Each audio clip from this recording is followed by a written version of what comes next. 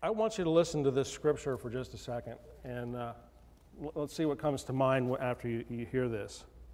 This comes from 2 Timothy, the 3rd chapter, beginning in verse 1.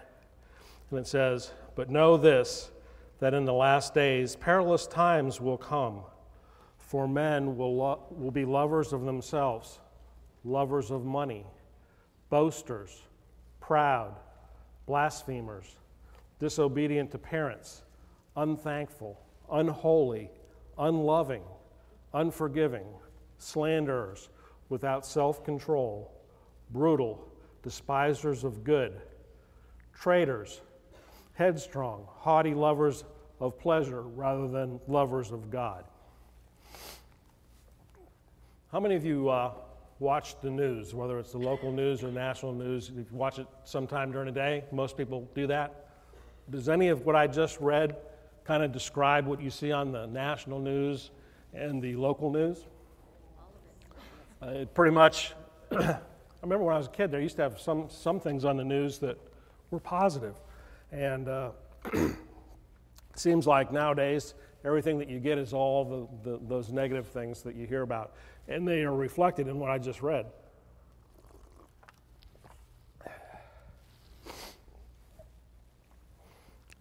Now, you have to ask yourself the question, that contrasts with what we read about the fruits of the Spirit.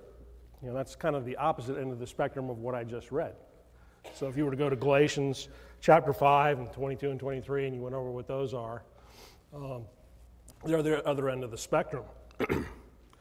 And if you went to 1 Corinthians 13, which talks about love and all the aspects of how love is supposed to work, that would also be that same other end of the spectrum. But I want to ask you this question. Based on what we see today, what you see going on in the world today, are we helpless against all those things that we see going on? Why aren't we helpless? If you think we're not helpless. What? Okay, God is alive. Well, sometimes it feels like we're helpless. Sometimes we look and the first emotion is like some sort of helplessness feeling, you know. Right. You have to constantly remind yourself that God is still in control. Okay. We have to remind ourselves that God is in control. I can understand when you look at, if I was a policeman today, I don't know how I would feel. I mean, my son, bless his heart, he was sitting in a Starbucks today, and I guess it was this morning, and there was a policeman in there. And when the policeman got up to leave, these two people took him aside and they had a prayer with him before he went out the door. Wow, you know, that's amazing. I mean, when I saw it, I thought that was really a very wonderful thing for those people to do for that policeman, based on what's been going on. We have opportunities to impact a lot of these things that we read about. We just don't think we do. We've heard terms like the silent majority. There's an awful lot of people in the world that would like to do things about a lot of the problems that we see in today's world. And we could be a catalyst to make a lot of those things happen. Because we believe that a Christian can have influence in the world. So I guess what I would like to do first is I brought this big box full of stuff here. Brought my trusty Roget's Thesaurus. And it's the if you know anything about Roget's Thesauruses, if you have a thesaurus and it's in alphabetical order, in other words, it starts with the first word and it starts with A and it goes all the way through to Z, you don't have an original one because that's not how the Roget's Thesaurus is set up. This one is one of the original kinds of setup. It's based on 843 words. And all the various things and how they fit together. It's amazing how it was a whole. It wasn't one person that put this together. It was a whole family that put this together this way.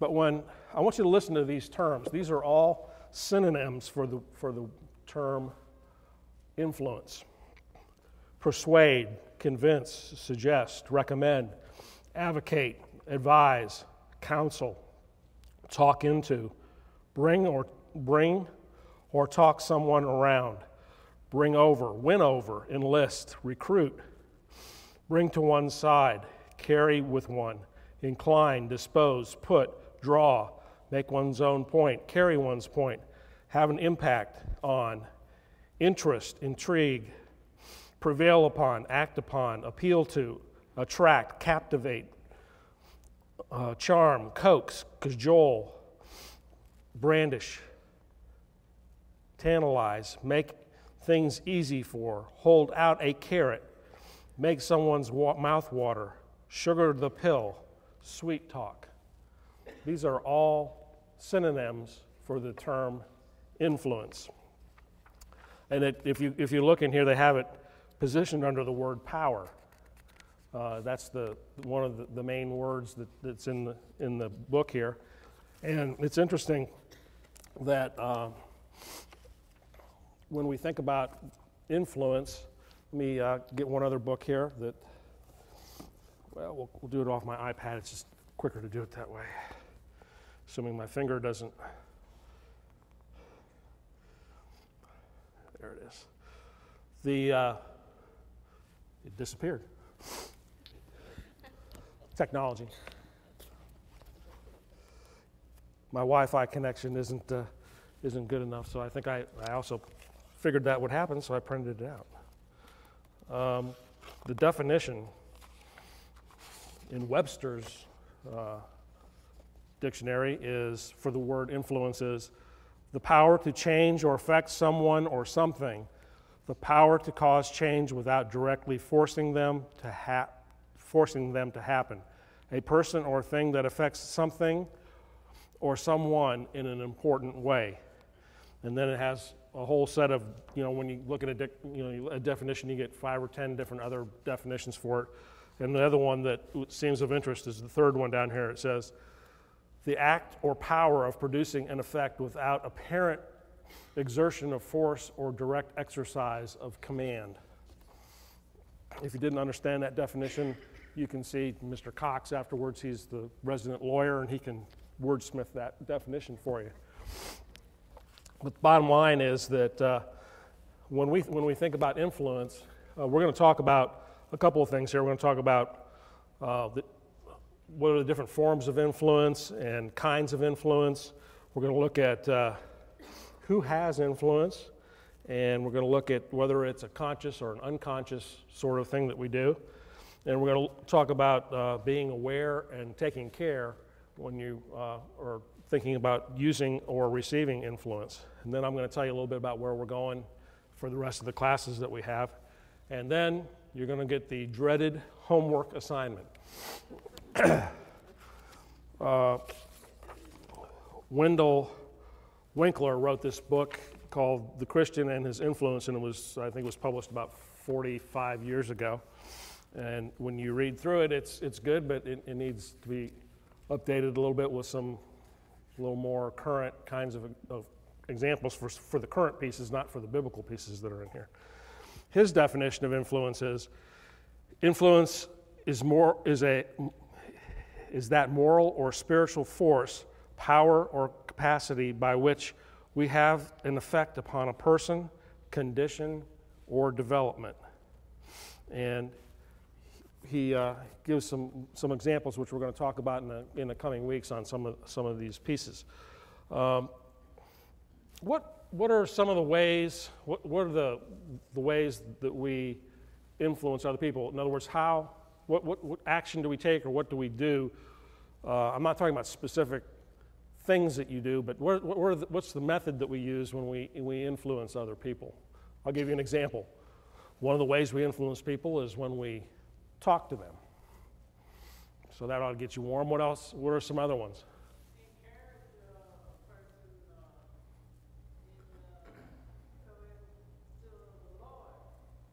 Okay. Encouraging someone. Your actions, what you do or don't do. Okay. Actually, like everything we do is an influence. It is either positive or negative. Okay. But everything. How we dress. How we dress, yeah. Some of the things that I put down here were things like speech, or when we write things. When you can influence somebody by the things that you write. How many? I know a few of you have written editorials before that got in the paper. I've seen Tim's had some, and I've had a couple published before. That's a way of having some influence if you're so desirous to do that. And how we treat people will have an influence on them. Okay, the behavior that we exhibit in front of other people, the kinds of actions that we take towards people, the kinds of reactions that we have when other people act upon us. You can have somebody treat you a certain way, and they may expect you to, if they treat you in an ugly fashion, they might expect you to come back at them in an ugly way. And what would happen if you didn't do that? What kind of influence would you have on them? Or sometimes no action has an influence. Someone will do something, and kids are like that. They'll do something to get mom and dad chummed up, and probably sometimes the best thing you can do is just ignore it. So that's another one. How about body language?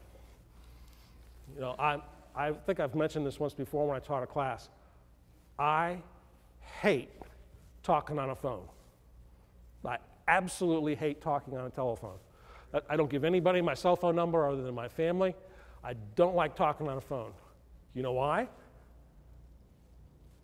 She knows why, but do you know why? I can't see their face. People talk and they tell you stuff, and when I listen or I look to somebody, I look them in the face, because what there's coming out of their mouth, and there's a message coming off their persona, their face, that also sends a message as well. And for me personally, before I retired, I had all these people that worked for me, and I was on the third floor, and most of them were on the first floor, and I would never call them. I'd walk downstairs and they go, "Why didn't you call?" Because I wanted to see their face. And I think that's an important thing for some folks. What about influence? Does it have to be something that's totally grandiose, or can it be something that's subtle and small? Well, it can be both. We can influence through social media. Okay. Right. Your character can influence people too. Right.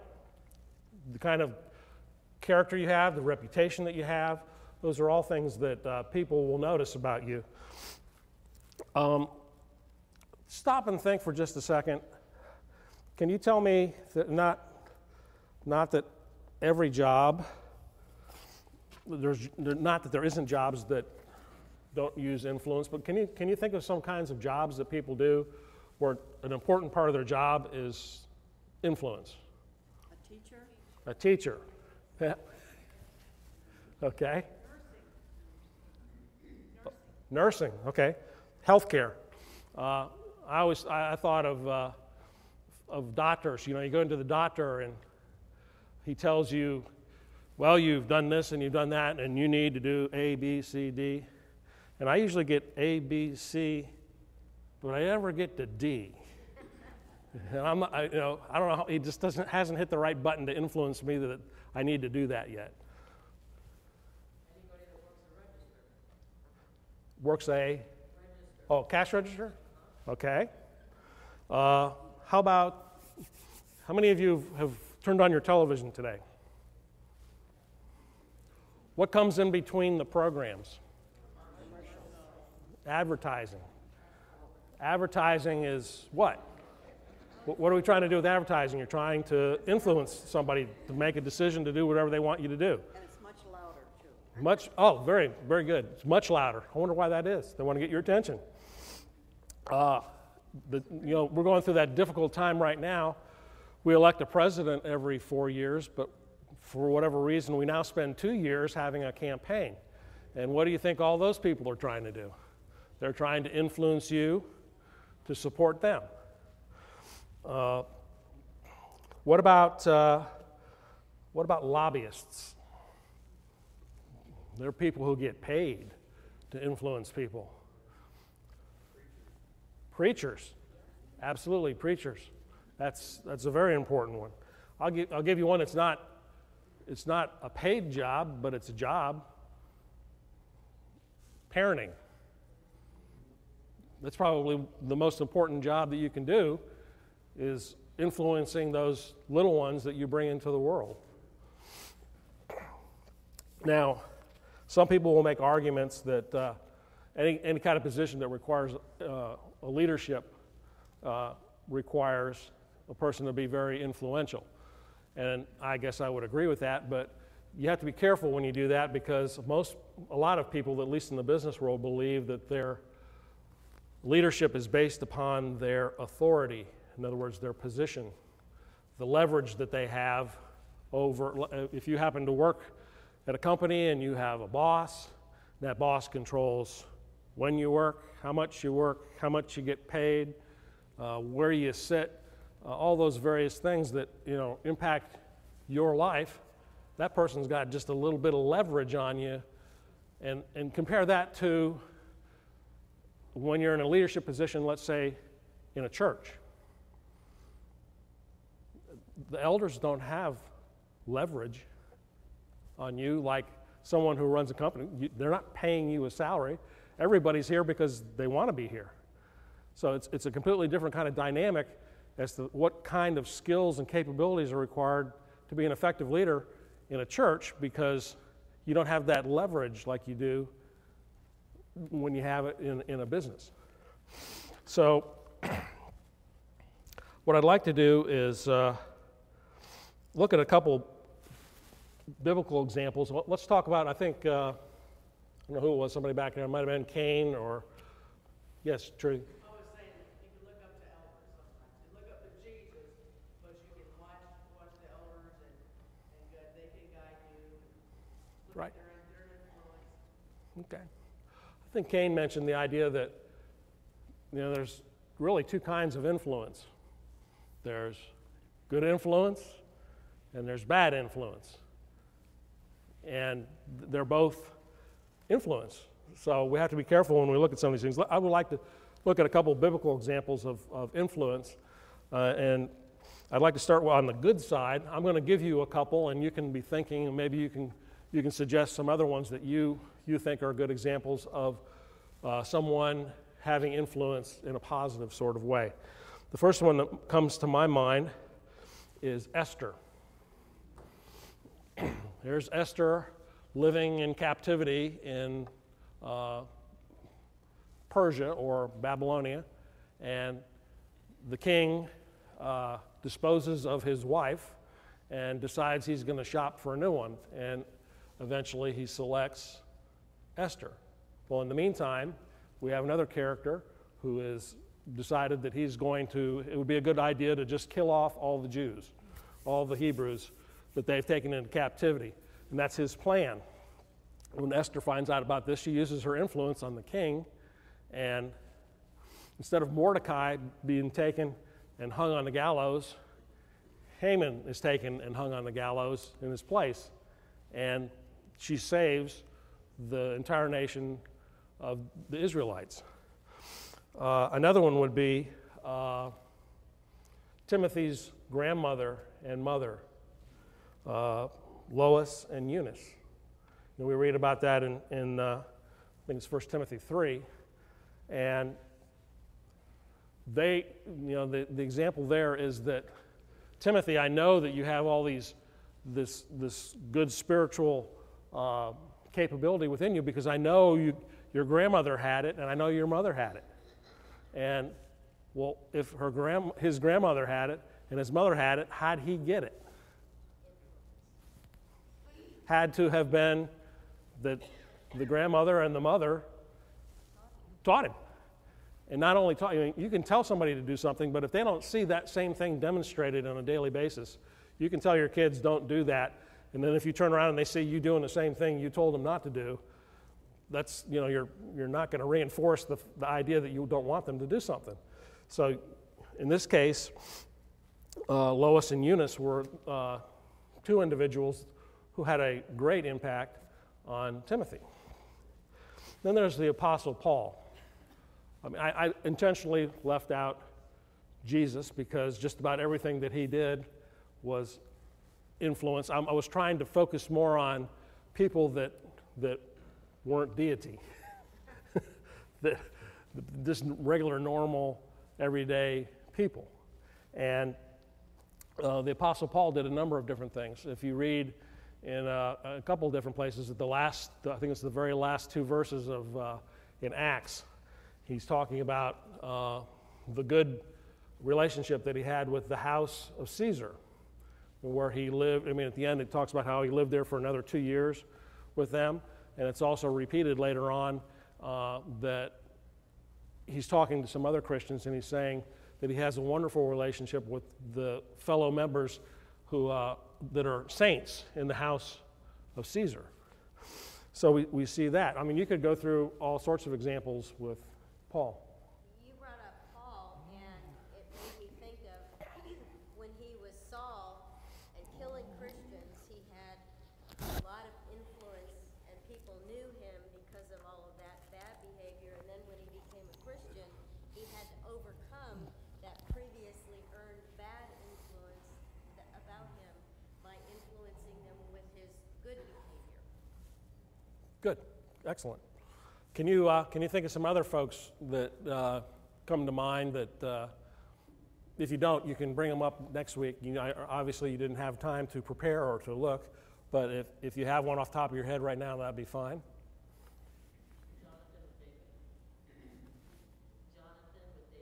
Okay, Jonathan with David. Barnabas, who in turn helped Paul to become Barnabas, right. Joseph, okay. Noah. Well, he had the family that there was only a couple members that God decided to save, so he certainly had a good influence on his family. Moses, okay. Let's switch away from Bible now, and we're still talking about good influence. Can you think of someone who comes to mind? I'll give you an example. I don't want to embarrass anybody. When I think about influence, and I look at my own particular life and the experience that I've had, I think I was very fortunate. I had two parents that loved me very much, took care of me, gave me good values, sent me to school, got me well educated, and they had a very good influence on me growing up. However, the person who made me who I am today is sitting right over there. She's had the most influence on me of anybody, ever, and probably whoever will. And I am who I am. I don't know what I would be if she wasn't a part of my life, but I know I wouldn't be where I am today without it. But you have to you think through your own situation, and what people in your life have influenced you. My dad. Your dad? A teacher. Is it elementary school, or remember what the teacher's name was, or? High school, okay. Yes, a lot of times teachers have influence on you. I had a football coach who used to kick me all the time. I remember him. He had an influence. Your mom, okay.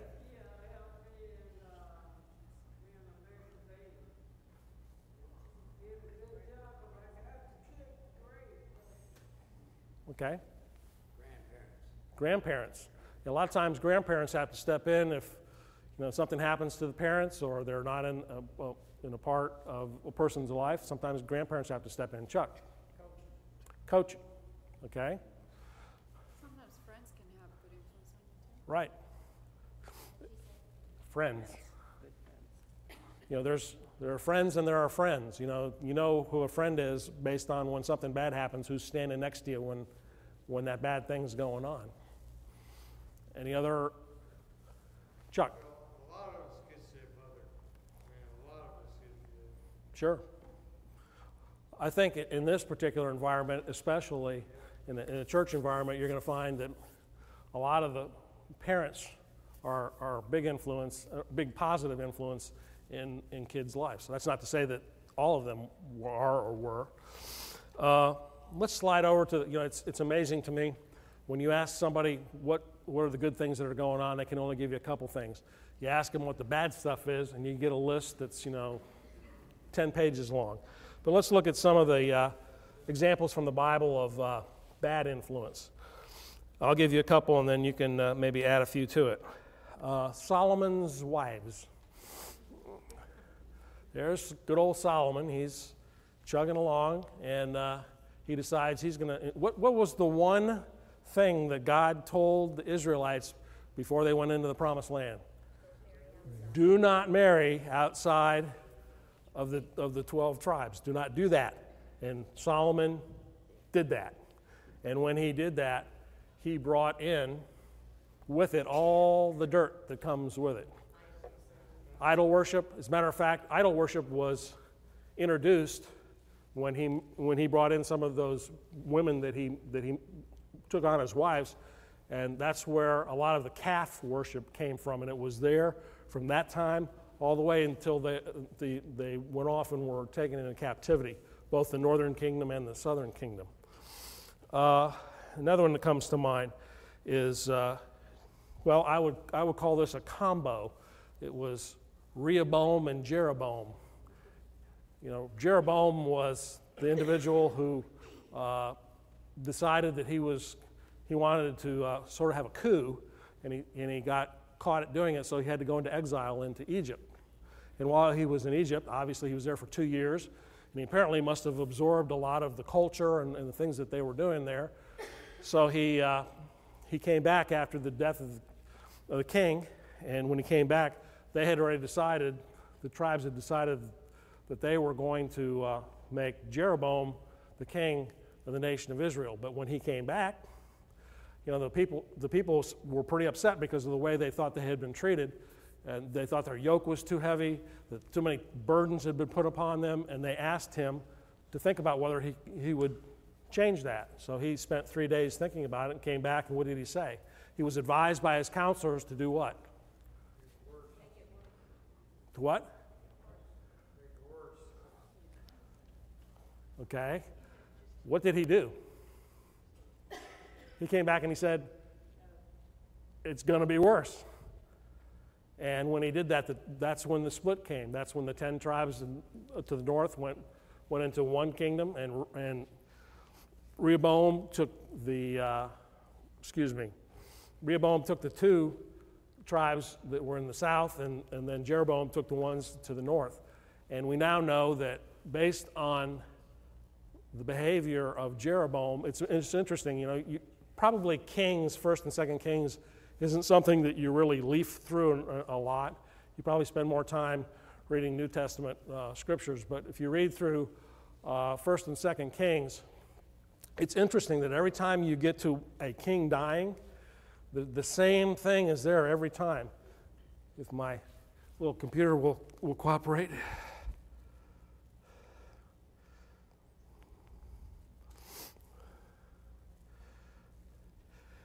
Can you imagine, when you read through here, it talks about such and such a king ruled for a certain amount of time, and then he died, and then they tell you who the next king is. But on the northern kingdom, each time that happens, there's the same things in there every time. It's amazing to me that there's a description that says that he did evil in the sight of the Lord and followed the sins of Jeroboam, the son of Nebat,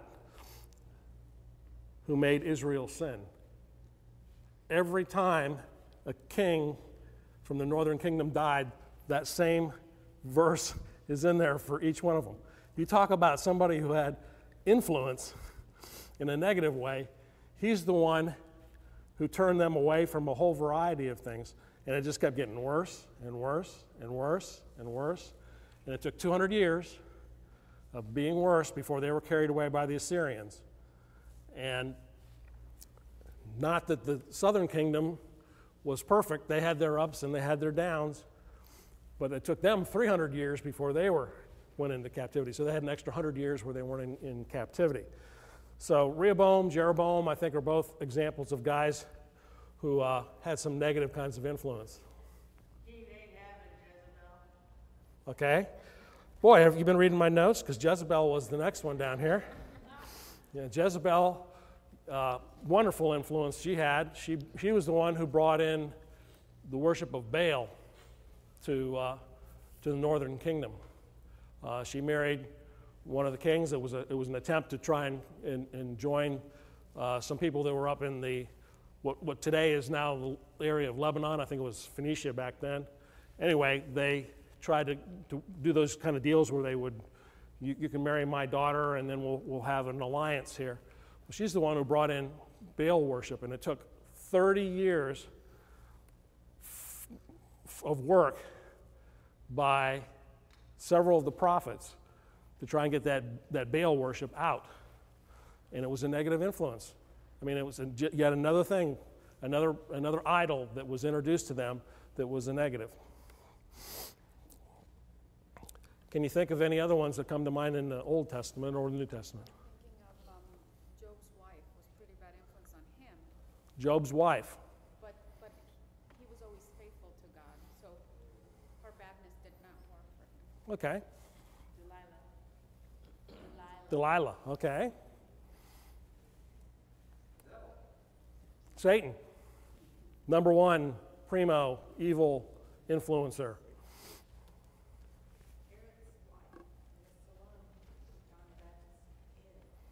Okay. False teachers. False teachers. False teachers. Okay. We could, if you had more time, we could come up with some other ones. But the fact that someone has influence over a group of people, sometimes it works out, sometimes it doesn't. I'll give you an example.